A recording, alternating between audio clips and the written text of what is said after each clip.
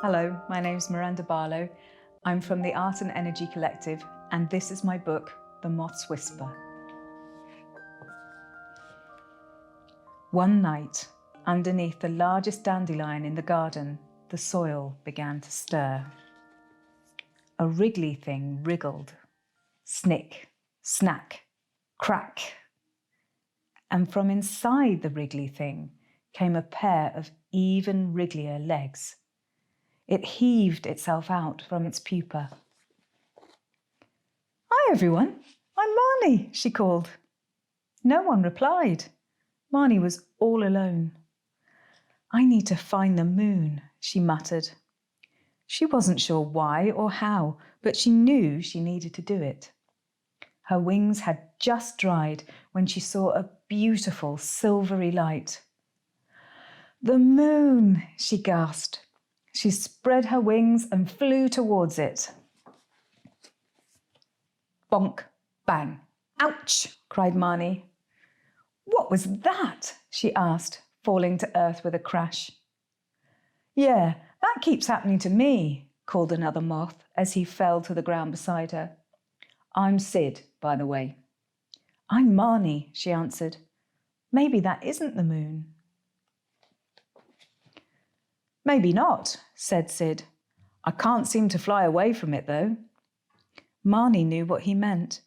"It's mesmerizing," she said. She really wanted to fly back to it. "No," she told herself. Taking a deep breath, she turned away. "Sid, where do you think the real moon is?" "Maybe it's over this thing." Marny saw a silvery, shimmery glow. "Is that the moon?" asked Marny. "Let's go and see," said Sid. "Ow!" Sid spiraled down to earth. "Are you all right?" Marny flew to help him. Roaring filled her ears as two pulls of light shot towards them. "Fly!" Marny shouted. They tumbled over and over and fluttered back down onto a wall. "That was close," said Marny. Her wings were shaking. She stared at all the lights. "Do you think any of these are the moon?" "I don't think so," said Sid, rubbing his head. "I'm going to go and find it," said Marny. "I'll come too," replied Sid. "Is the moon here?" Marny asked.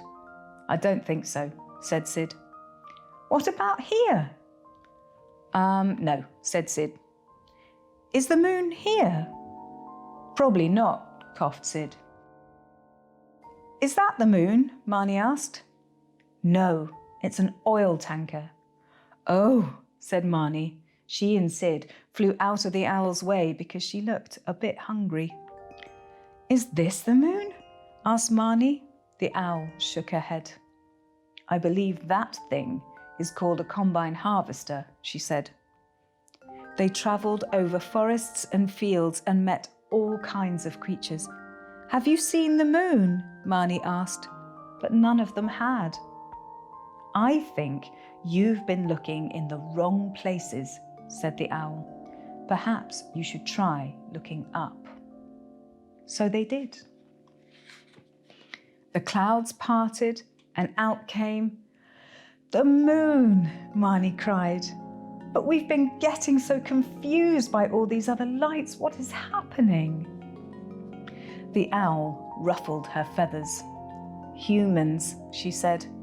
"They burn coal, oil and gas to make electricity, which they use to light their homes. Their lights confuse us, and the smoke that comes from burning all that fuel kills us." "We should talk to the humans," Marny said. "They will not hear," answered the owl. "Our voices are less than a whisper to them." All the moths, birds, animals and other insects fell silent. "What about?" Marny said. What about if we all say it together? And she began to chant, "Find another way to light the night." The animals, insects, and birds began to chant it too. Find another way to light the night.